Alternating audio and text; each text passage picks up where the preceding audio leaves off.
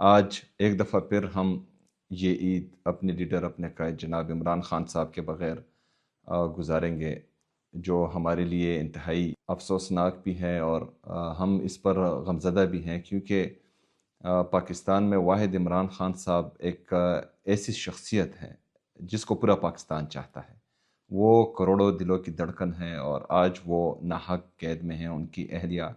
ناحق قید میں ہیں، اور انشاءاللہ تعالی ہم اللہ تعالیٰ سے پر امید ہے کہ ہماری جو جدوجہد ان کی رہائی کے لیے، پاکستان میں آئین اور قانون کی بالادستی کے لیے، رول آف لا کے لیے،